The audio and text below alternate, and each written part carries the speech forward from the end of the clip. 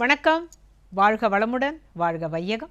உலகத்து மக்கள் அனைவரும் எல்லா நாட்களிலும் மகிழ்ச்சியாக இருக்கணுங்க. உங்கள் எல்லாருக்கும் பொங்கல் வாழ்த்துக்கள், பொங்கல் வாழ்த்துக்கள், பொங்கல் வாழ்த்துக்கள், பொங்கல் வாழ்த்துக்கள். ஏன் 4 தடவை சொல்கிறேன் அப்படின்னு பார்க்குறீங்களா? உங்களுக்கே புரிஞ்சிருக்கும். போ போ மா பூ கரெக்டாக தான் 4 தடவை சொன்னேன் உங்களுக்கு பொங்கல் வாழ்த்துக்கள்னுட்டு. போகி பொங்கல், பெரிய பொங்கல், அப்புறம் மாட்டு பொங்கல், அப்புறம் காணும் பொங்கல் என்னும் பூப்பொங்கல். நான் பூன்னு சொன்னேன் பாருங்கள், அதுதான். அது என்ன பூப்பொங்கல்? அதெல்லாம் நாம் தெரிஞ்சுக்க போகிறோம். முதல்ல இன்னைக்கு எதை பற்றி பேச போகிறேன் தெரியுமா? பொங்கலோ பொங்கலோ பொங்கல் பொங்கல் வந்தது, பொங்கலுக்கு முன்னாலே போகி வந்தது. பொங்கலோ பொங்கலோ பொங்கல் பொங்கல் வந்தது, பொங்கலுக்கு முன்னாலே போகி வந்தது. அதென்னது? போகியா போக்கியா? ரெண்டும் தான் இல்லைங்க. சில பேர் போகி பண்டிகைங்கிறாங்க, சில பேர் போக்கி பண்டிகைங்கிறாங்க. அப்போ ஏதான ஒன்று தானே சரியாக இருக்கணும்? இல்லை, போகின்னு சொன்னாலும் கரெக்டு, போக்கின்னு சொன்னாலும் கரெக்டு. ஏன் அப்படி சொல்கிறேன்னு சொன்னால், போகி அப்படிங்கிறது இந்திரனுக்கு ஒரு பேர். இந்திரன் குளிர்ந்து நமக்கெல்லாம் மழை கொடுத்தாதான் இந்த மாதிரி பொங்கல்லாம் கொண்டாட முடியும். அவனை கும்பிடுற நாள், அதனால அன்னைக்கு போகின்னு சொல்லுவாங்க. போக்கி அப்படிங்கிறது பழையனவை போக்கி புதியனவற்றை வரவேற்கும் நாள். அதனால் இது போக்கி பண்டிகைன்னு சொன்னாலும் தப்பு இல்லை. இந்த போகி பண்டிகை அன்றைக்கி காலையில் அதிகாலையில் 4 மணிக்கு இந்த சின்ன பசங்கள்லாம் சின்ன ஒரு பறை ஒன்று வச்சுருப்பாங்க. டும்மு டும்மு டும்மு டும்முன்னு தட்டிக்கிட்டு, போச்சு போச்சு மார்கழி போச்சு டும் டும் டும் டும் டும் டும், ஆச்சு ஆச்சு தை வந்தாச்சு டும் டும் டும் டும் டும் டும் டும்னு தட்டிக்கிட்டே போவாங்க. அந்த நேரத்தில் எல்லார் வீட்லேயும் முன்னால் வாசலில் அந்த பழைய கோழி கூட, வீட்டில் இருக்கிற முறம், இன்னும் இருக்கிற நெல்லுகளெல்லாம் வச்சுருந்து எலி கடித்த கூட, அந்த மாதிரி பொருட்களை கொண்டு போட்டு எரிப்பாங்க. குளிர் காய்வாங்க சில பேர் சுற்றி உட்காந்துக்கிட்டு. அந்த காலத்தில் சுற்றுச்சூழல் மாசுபடாதபடி வீட்டில் இருந்த, ஆமாம் ஏன் முறத்தெல்லாம் போட்டாங்க அப்படின்னு நீங்கள் யோஜனை பண்ணலாம். எவ்வளவு நெல் விளைஞ்சிருந்தா எத்தனை முறை அவங்க அந்த முறத்தில் அதை போட்டு புடைச்சிருப்பாங்க, கூடையில் போட்டு சலிச்சிருப்பாங்க. அப்போ எல்லாமே பழசாகும்ல. இந்த பழசெல்லாம் போட்டு புதுசாக வாங்கினாதானே இந்த கூடை முடையிறவனுக்கும் முறம் செய்கிறவனுக்கும் பொழப்பு. அதை யோஜனை பண்ணி பாருங்கள். ஒரு முறத்தை வாங்கிட்டு நாங்கள் ஒரு 9 வருஷம் வச்சுப்போங்க, வேண்டாங்க. அவங்களுக்கு கைத்தொழிலுக்கு நாம் தான் இடம் செஞ்சு தரணும். அப்போ தானே அவங்க உழைக்க முடியும், பிழைக்க முடியும். சரி, இப்போ இந்த போகி அன்னைக்கு நாம் என்ன செய்யணுங்கிறத சொல்கிறேன், எதுக்காக செஞ்சாங்க அப்படிங்கிறதையும் சொல்கிறேன்.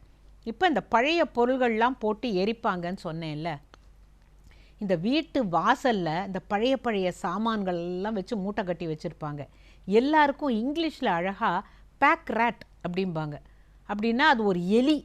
என்ன பண்ணுமா, எலி பொந்துக்குள்ளே இன்ன பொருள் இன்ன வேணுங்கிறலாம் தெரியாது. சரி, சாப்பாட்டு பொருளை கொண்டு போய் உள்ளே ஒழிச்சு வச்சா ஏற்றுக்கலாம். உங்கள் வீட்டு தங்க நகையை கூட உள்ளே கொண்டு போய் ஒழிச்சு வச்சுக்கும். எலி பொந்துக்குள்ளே பாரு இருக்கும் அப்படிம்பாங்க.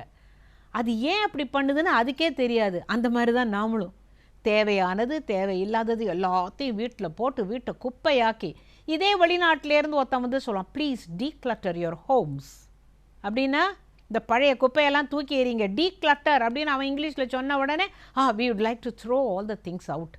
ஏங்க அப்படி? நம்ம நாட்டில் என்ன சொல்லி வச்சாங்க அதை ஃபாலோ பண்ணுவோமே, அப்போ தான் நாம் உருப்பிட போகிறோம். சில சமயம் கோவம்தான் வருது. என்ன தெரியுமா, தேவையில்லாத முறம் கூட, பாய், பழைய பாய் அதெல்லாம் கொண்டாந்து எரிச்சா ஏற்றுக்கலாம். இந்த டயரு என்னெல்லாம் கிடைக்குதோ பிளாஸ்டிக்கு, அதாவது எங்கேயாச்சும் ஏதாவது இருந்தாலும் சைக்கிள் டயர் யார் வீட்டு வாசலையான்னு மாட்டி வச்சுருந்தா அதை பிள்ளைங்க தூக்கிட்டு வந்தால் கண்டிக்க ஆள் இல்லை. ஏன்னா அந்த பெற்றோர்களுக்கு ஏன்னு தெரில, புகையாக மண்டுது. அந்த புகையினால் மனிதர்கள் மட்டுமில்லை கால்நடைகளும் பாதிக்கப்படுதுங்கிறத நாம் நினைக்கிறது இல்லை. இந்த தடவை நீங்கள் என்ன செய்யணும், யாராச்சும் டயரை தொட்டாங்க பட்டுன்னு ஒன்று போடுங்க, அதெல்லாம் தொடக்கூடாதுன்னுட்டு. இயற்கையோடு இயந்த விஷயங்கள் மட்டுமே எரிக்கப்பட வேண்டும்.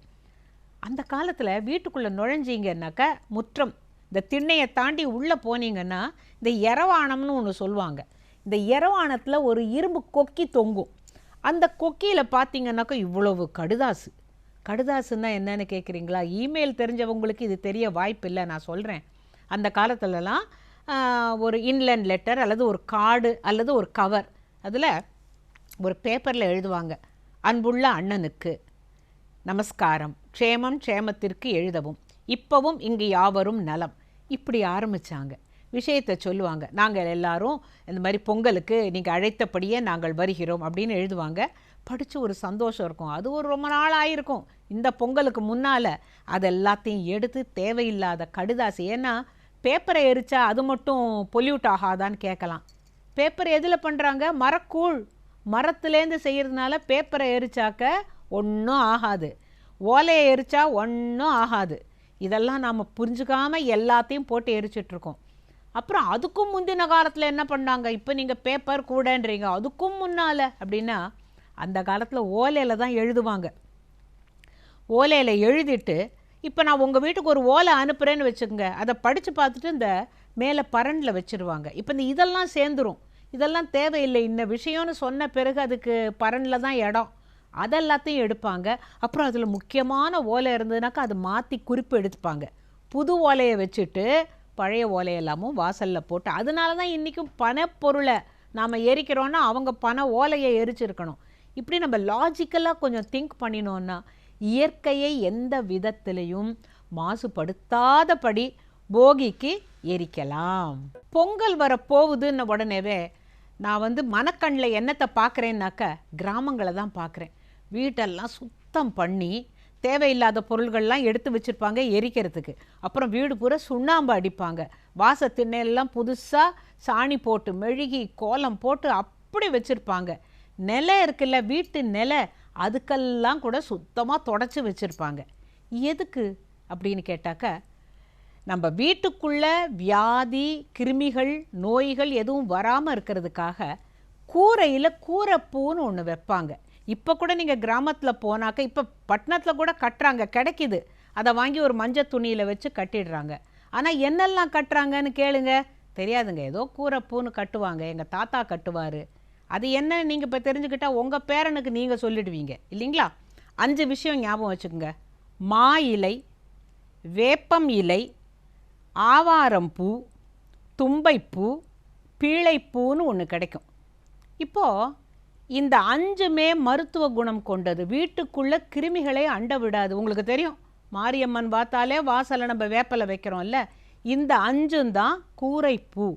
இதை ஒரு கயத்தில் கட்டி அந்த காலத்தில் மஞ்சள் துணியிலேயே கட்டுவாங்க. ஏன்னா மஞ்சளும் கிருமி நாசினி தானே. இதை கூரையில் கட்டிடுவாங்க. அதுக்கப்புறமா ஓட்டு வீடெல்லாம் வந்தபோது முன்னால் கட்டி தொங்க விட்டுருவாங்க. இப்போ சில பேர் வீட்டில் பார்த்தீங்கன்னா ஆலோவீரா அப்படின்னா என்ன, கத்தாழையை கட்டி தொங்க விடுறாங்கல்ல, என்னன்னு கேட்டால் கிருமி வரக்கூடாதுன்னுட்டு. அது ஏதோ ஒரு நம்பிக்கையில் தான் அதெல்லாம் செய்கிறாங்க. பட் இந்த கூரைப்பூவை பற்றி நீங்கள் தெரிஞ்சுக்கணும். மேலே கூரைக்கு மேலே கூரைப்பூ. இப்போ இந்த நிலக்கால் இருக்குல்ல, நிலக்கால்னால் வீட்டுக்குள்ளே நீங்கள் நுழையிறீங்க. ஒரு கிரகப்பிரவேசம் பண்ணால் ஒரு மாடையும் கண்ணையும் தாண்ட வைப்பீங்களே, அதுதான் நிலைப்படி. இது கட்டடம் கட்டும் பொழுதே, வானம் தோண்டும் பொழுதே இந்த நிலக்கால், நாங்கள் பந்தக்கால் முகூர்த்தம் வைக்கிறோங்கிறத முக்கியம், அதை விட முக்கியம் நாங்கள் இன்றைக்கி நிலக்கால் வைக்கிறோங்க, நீங்கள் வாங்கம்பாங்க. அங்கே கீழே கொஞ்சமாக வெள்ளி கொஞ்சமாக தங்கம் நவரத்னம் போட்டு வச்சுருப்பாங்க. ஏன்னா அந்த வீட்டில் செல்வ செழிப்பு குறையக்கூடாதுன்னுட்டு. அது மட்டும் இல்லை, அந்த வீட்டை அவங்க விற்றா கூட அடுத்து வாங்குறவங்களும் செல்வ செழிப்போடு இருக்கணுங்க. அதுக்காக உடனே தோண்டியெல்லாம் எடுத்துட மாட்டாங்க. அவங்களும் நல்லா இருக்கணுங்கிற எண்ணத்தோட தலைமுறை தலைமுறையாக அந்த வீடு நல்லா இருக்கணுங்கிறதுக்காக அதெல்லாம் போடுவாங்க. அதனால நிலைக்கால் ரொம்ப முக்கியம். இப்போ அந்த கூரைப்பூ கட்டுறது அந்த வீட்டு ஐயாவுடைய வேலை. அந்த வீட்டு அம்மாவோட வேலை என்னன்னு கேட்டாக்கா, இந்த நிலப்படி இருக்குல்ல, அதை நல்லா தொடச்சிட்டு, இந்த தாண்டி வரோமே, ஒரு மருமக வந்தால் கூட வலது காலை வச்சு வாப்பா அப்படின்னு சொல்கிறோம்ல, அந்த தாண்டுற நிலைக்கால் இருக்குல்ல, அதுக்கு நல்லா மஞ்சள் பூசிட்டு குங்குமம் வைப்பாங்க. அதுக்கு தாம்பூலம் பழம் தேங்காய் உடைச்சி கற்பூரம் காட்டுவாங்க. அது பேர் தான் நிலை பொங்கல். அன்றைக்கி இனிப்பு ஒன்று செய்வாங்க. ஆக கூரைப்பூ கட்டி நிலைப்பொங்கல் வச்சுட்டாங்கனாக்கா பொங்கலுக்கு களை கட்டிடும். இது முக்கியம். நான் ஏன் இதெல்லாம் சொல்கிறேன்னாக்கா, இந்த நிலைக்காலில் நம்ம செருப்பை அப்படி தட்டிக்கிட்டு போகிறாங்க சில பேர். அந்த செருப்பெல்லாம் அதில் தட்டக்கூடாது, நிலைக்கால தாண்டி போகணுன்னு சொல்லுவாங்க. ஏன்னா அதுதான் லக்ஷ்மின்னுட்டு. செருப்பை போட்டுக்கிட்டு கட்டில் தூங்குற காலத்தில் இதெல்லாம் நீங்கள் சொல்கிறீங்களே, நடக்குமானா நடக்க வையுங்க. நீங்கள் செல்வ செழிப்புக்கு தானே ஓடுறீங்க. இதை கட்டிக்கிட்டா பணம் வருமா, இதை போட்டுக்கிட்டா பணம் வருமாலாம் நினைக்கிறீங்கல்ல. நீங்கள் வீட்டில் கவனம் செலுத்தினீங்கன்னு வச்சுக்கோங்க, செல்வ செழிப்பு உங்களை தேடி வரும். ஏன்னா சுத்தபத்தமாக இருந்தால் கண்டிப்பாக அந்த இடத்துல மகாலட்சுமி வராமல் இருக்க மாட்டா. இந்த போகி பொங்கல் அன்னைக்கு இந்திரனும் நல்லா குளிர்ந்து நமக்கெல்லாம் மழை பெய்யணும். போக்கி பண்டிகையாக இருந்து தீமையெல்லாம் போக்கி நன்மையெல்லாம் உள்ளே வரணுங்கிறதுக்காக நாம் வாசக்காலில் நிலப்பொங்கலும் வச்சுட்டோம். ஆனால் இப்போ ஒரு மந்திரம் சொல்லி தரட்டுமா? நீங்கள்லாம் சொல்கிறீங்களா? எதுக்குங்க மந்திரம்னாக்க, கேட்டு பாருங்க, பிடிச்சிருந்தா சொல்லுங்க. சொல்கிறத சொல்கிறேன், கேட்டால் கேட்டுங்க, இல்லாட்டா விட்டுடுங்க. என்ன தெரியுமா?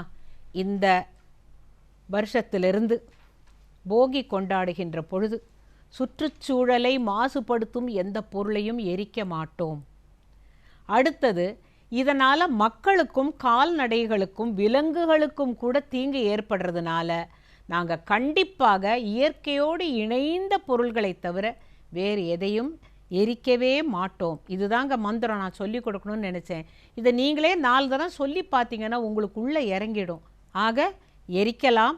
எதை?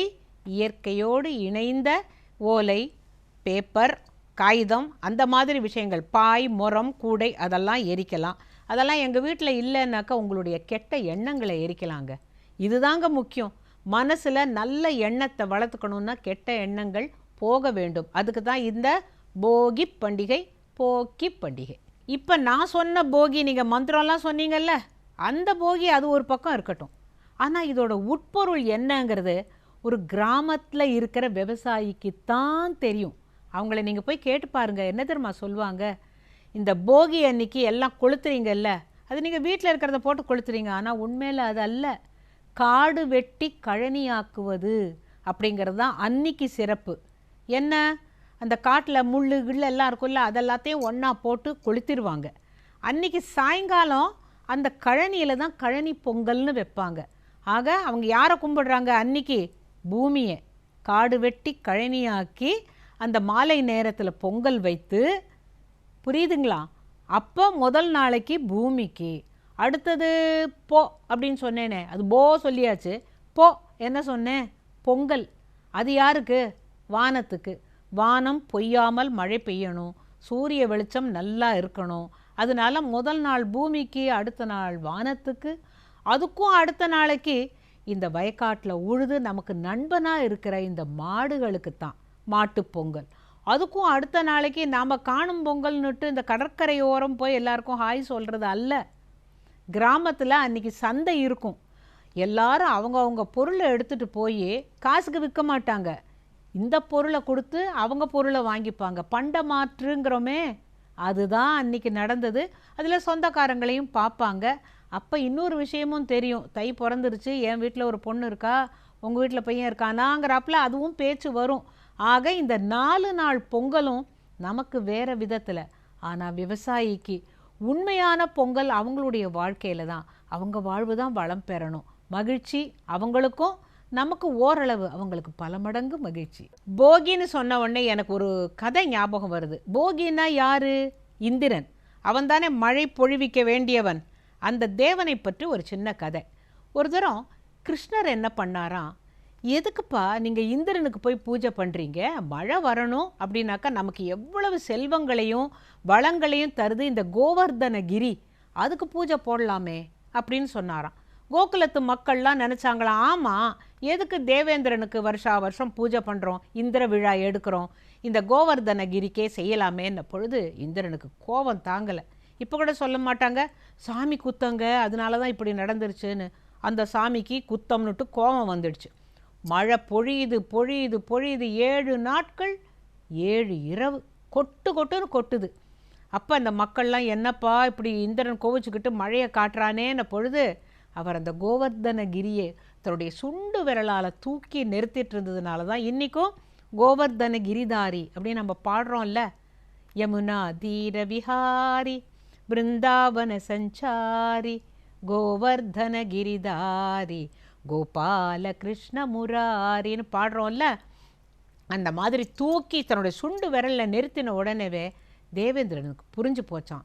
இப்பேற்பட்ட பரமாத்மா கிட்ட போய் நாம் கொஞ்சம் வாழ்த்தனம் பண்ணிட்டோமேனு வந்து மன்னிப்பு கேட்டு அவருக்கு அந்த மகுடாபிஷேகம் பண்ணி வச்சதாக வரலாறு சொல்லுது. ஆக மொத்தம் போகி அப்படின்ன உடனேவே இந்திரன் ஞாபகம் வருது, இந்திரன் உடனேவே மழை ஞாபகம் வருது. கண்டிப்பாக வேணும்.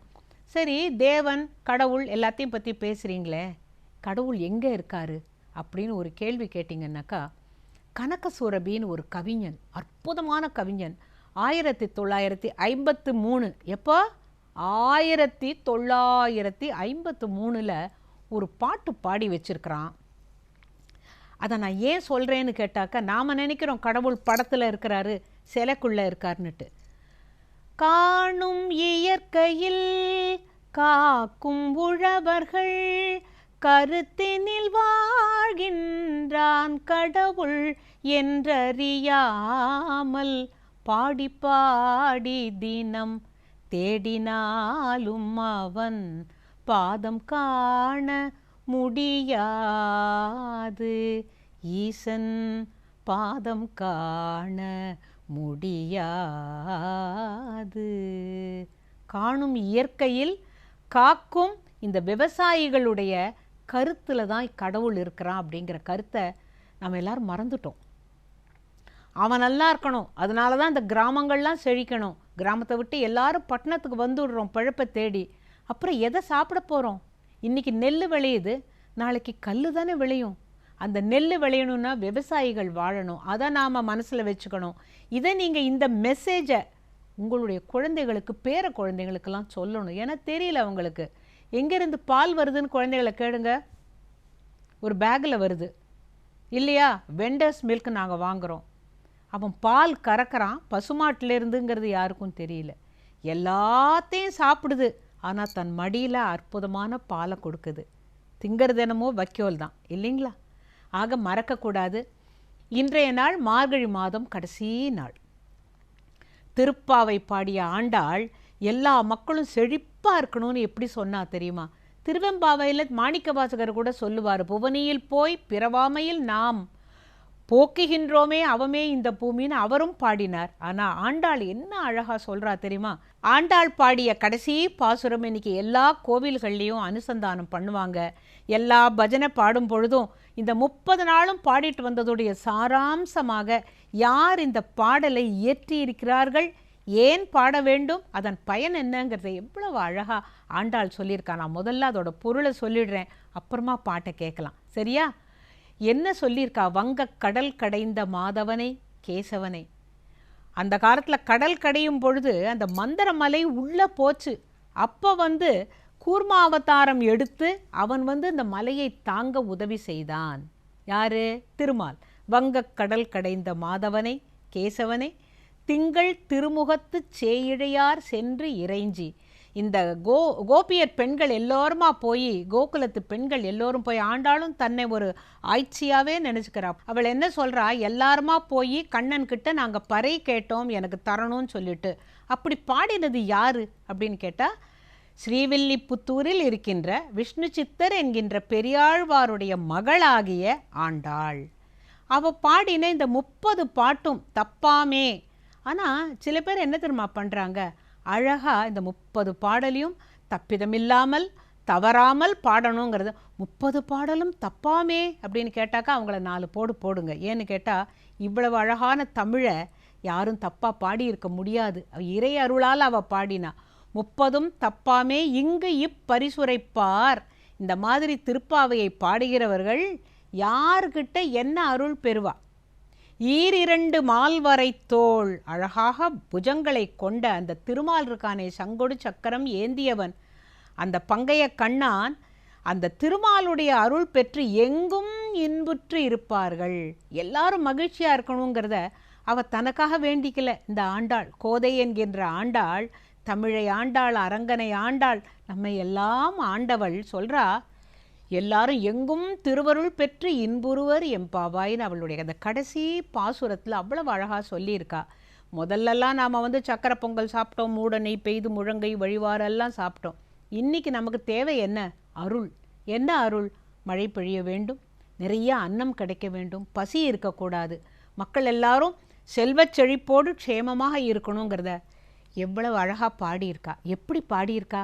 வங்கக்கடல் கடைந்த மாதவனை கேசவனை திங்கள் திருமுகத்து சேயிழையார் சென்றிறைஞ்சி அங்கப்பறை கொண்ட ஆற்றை அணிப்புதுவை பைங்கமலத்தன் தேரியல் பட்டர்பிரான் கோதை சொன்ன சங்கத்தமிழ் மாலை 30 தப்பாமே இங்கு இப்பரிசுரைப்பார். ஈரிரண்டு மால்வரை தோள் செங்கண் திருமுகத்து செல்வத்திருமாலால்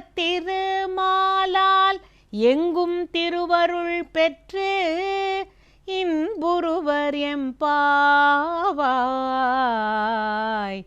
எம்பாவாய். செங்கண் திருமுகத்து செல்வத் திருமாலால் எங்கும் திருவருள் பெற்று இன்புருவர் எம்பாவாய் அப்படிங்கிற ஆண்டாளுடைய மொழியோடு இந்த போகி பண்டிகையை கொண்டாடுவோம். மார்கழிக்கு வணக்கம் சொல்லி விடை கொடுத்துவிட்டு அடுத்த நாள் காலையில் பொங்கலை வரவேற்போமா? வணக்கம்.